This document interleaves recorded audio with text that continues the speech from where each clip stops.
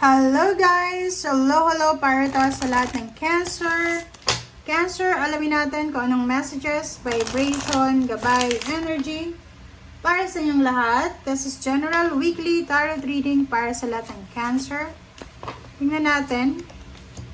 New Moon in Cancer. Wow! It's your energy, guys.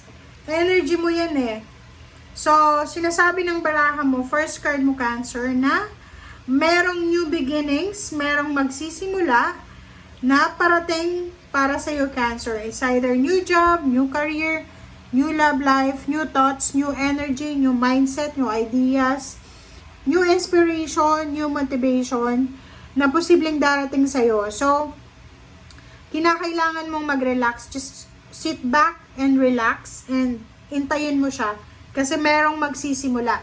Merong illumination, merong clarity, merong clarification and manifestation na possible na darating sa'yo. Okay, thank you.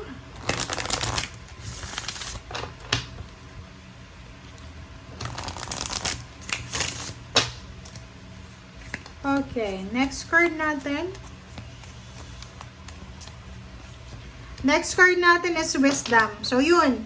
Ang Wisdom card na to, it's possible na new idea siya. Pwedeng merong Cancer dito na hirap na siya sa Pilipinas na mag-apply ng trabaho, or hirap na siya sa ibang bansa na tapusin ang kontrata niya, or hirap na siya sa trabaho niya, or maybe relationship, or maybe health. Ang posibleng magkakaroon kayo ng ideas and new inspiration para ma-resolve nyo yung mga kung ano yung dapat ma-resolve sa buhay nyo.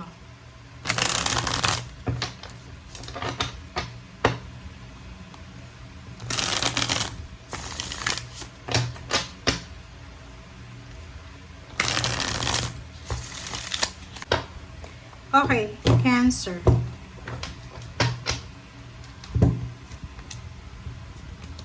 Okay, first two cards natin ay the Lovers and Three of Wands. Meron ditong Cancer na maybe nasa long distance relationship ka, na sobra ka nang natatagalan sa relationship nyo. It's either naghihintay ka ng kasal, or it's either naghihintay ka na sagutin ka, or it's either naghihintay ka ng, kumbaga, ma-accomplish yung love life na to. Or pwedeng meron ditong Cancer na ang tagal-tagal mo nang naghihintay pero hanggang ngayon wala ka pa rin karelasyon. Or parang natatagalan ka na dumating si Mr. Right or si, sino ba yan na gusto mo? Babae, lalaki, or ano pa man. Okay. Nakikita ko sa'yo dito, Cancer, na mag-iingat ka. Be careful, Cancer, kasi parang sinasabi sa'yo ng baraha, wag na wag kang mag-settle sa bagay or sitwasyon na hindi para sa'yo. Ang ibig sabihin yan, mag-iingat ka, kasi atong Three of Wands na to, maybe isa siyang single na Cancer, or maybe isa siyang Cancer na galing sa heartbreak, yung parang na-trauma siya, traumatic yung experiences niya sa love life, and medyo nahirapan siyang magtiwala ulit. But, sinasabi ng baraha sa'yo na huwag kang magsisettle sa less. Diba? Huwag kang magsettle sa tao, sa sitwasyon, or sa kung kanino man na alam mo na hindi mo na-deserve. Sinasabi ng baraha mag-iingat ka kasi hindi lahat ng ino-offer sa atin ng universe is para sa atin. Minsan, patibong siya. Maniwala ka dyan, minsan patibong yan.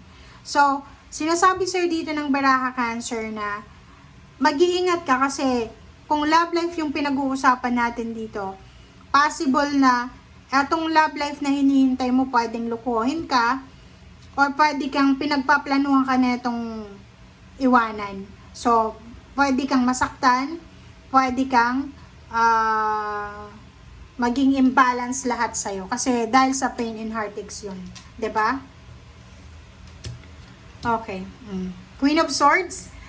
Sinasabi ng baraha dito na kailangan mo daw, Cancer, na maging malaya from the expectation. So, wag tayong masyadong mag-expect sa kung ano yung love life na darating, or kung ano tong, basta go with the flow ka lang. Okay? Relax and go with the flow.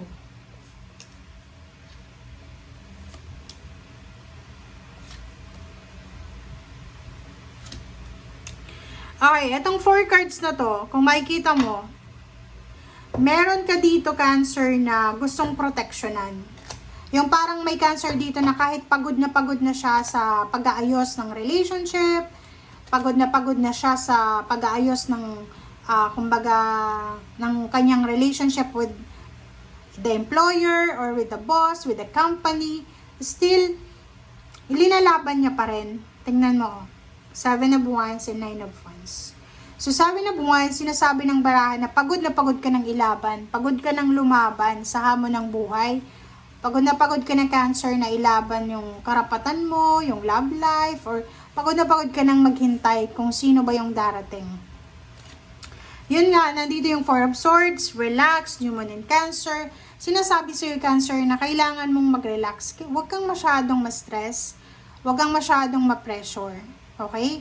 Kasi alam mo ba, lahat tayo dito sa mundo, may kanya-kanya tayong nakadestiny sa atin. Pero, may mga tao din na hindi talaga sila nakadestiny na makapag-asawa, magkaroon ng trabaho. Yung iba, di ba, nakadestiny magnegosyo. Yung iba, ang tagal-tagal ng empleyado, tapos biglang nagnegosyo. Kung kailan sila nagnegosyo, tsaka yumaman. Di ba? Ganun ang buhay. So, be at peace, or hanapin mo yung peace and harmony. Lalo na kung medyo nahihirapan ka na tanggapin kung ano yung mga dapat tanggapin sa mga nangyayari sa ngayon. 'Di ba?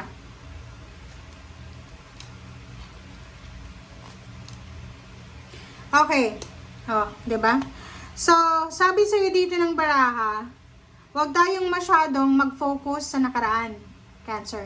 Huwag tayong mag-focus sa kung ano yung pain and heartaches natin sa past, or kung ano yung panahon, or kung ano yung nangyari sa atin na dihado tayo. Sinasabi ng baraha sa'yo dito na huwag kang mag-alala, kasi parating na yung peace and harmony sa'yo sa buhay mo, parating na yung prosperity and abundance, or peaceful na relationship, parating na yung balance sa pera, parating na yung accomplishment, parating na yung good news from international, job offer from international, parating na yung mga blessings na yan.